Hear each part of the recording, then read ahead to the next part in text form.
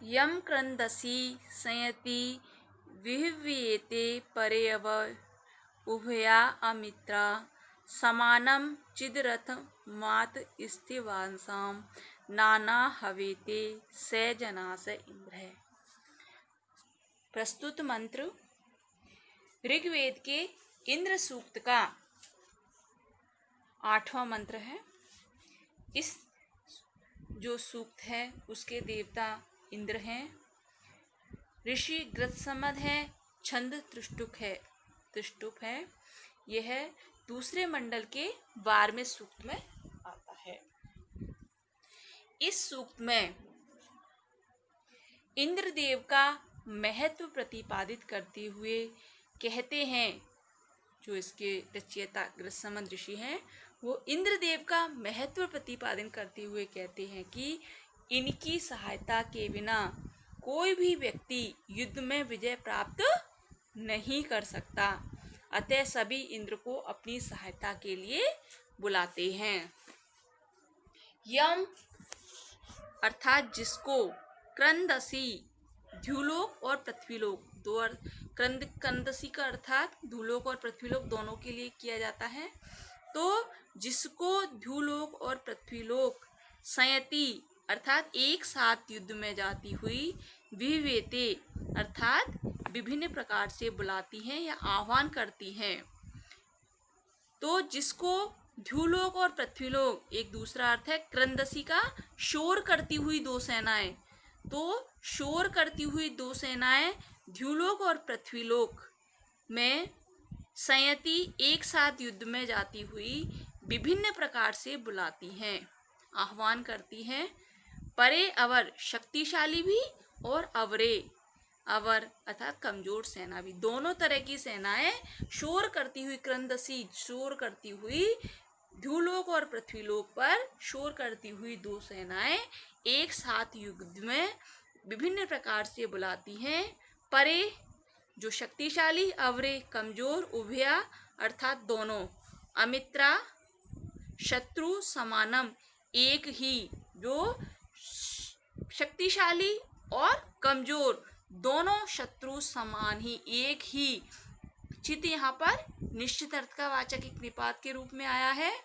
रथम रथ पर, आत स्थित बासाम बैठे हुए, एक ही रथ पर बैठे हुए पृथक पृथक से बुलाते हैं, एक ही रथ से हुएते अर्थात बुलाते हैं।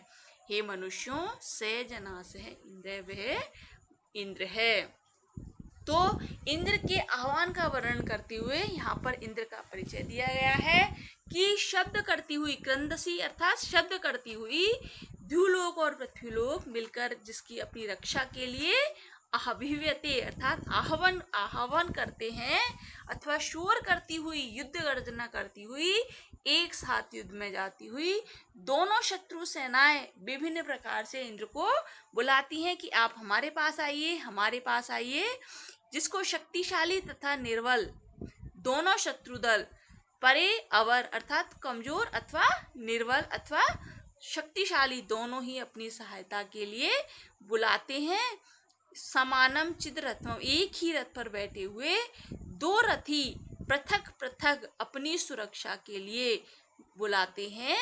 हे मनुष्यों, से जनास है इंद्र, वह इंद्र है।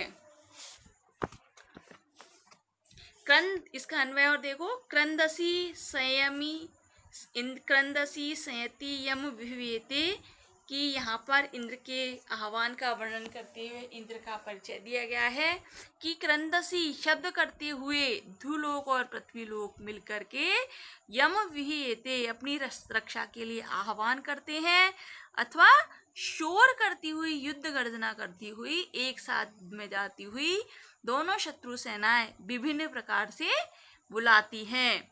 यम परे अवरे उभया अमित्रा, जिसको शक्तिशाली तथा निर्बल दोनों शत्रु दल अपनी सहायता के लिए बुलाते हैं।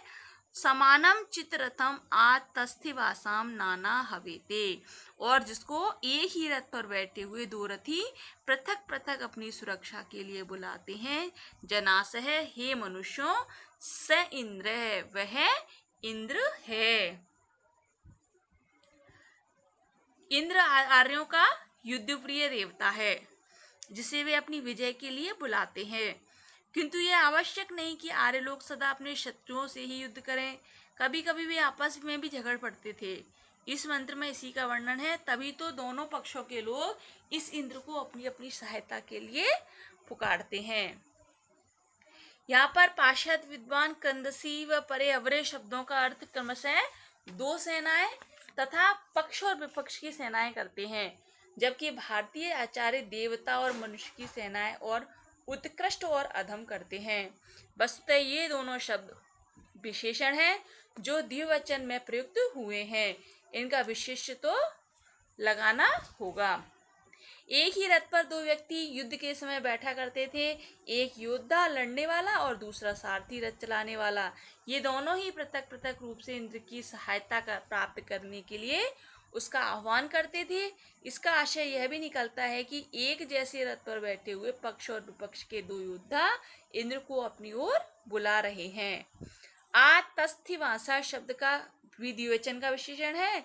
इसे द्वितीय विभक्ति का द्विवचन मानने पर इस वाक्य का यह अर्थ भी निकल सकता है कि एक ही रथ पर बैठे हुए इंद्र और अग्निदेव यजमानों द्वारा पृथक पृथक बुलाए जा रहे थे।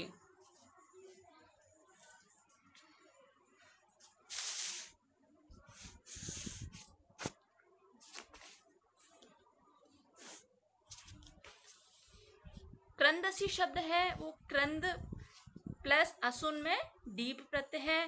प्रथमा द्विवचन का वैदिक रूप है। सायण ने यहाँ पर धावा पृथ्वी मानते हैं। मानुषी और देवी दो सेनाएं भी मानते हैं। मैकडोनल्ड ने दो मानवीय सेनाएं मानी हैं। दयानंद रोने का शब्द करने वाले आकाश और पृथ्वीलोक को मानते हैं।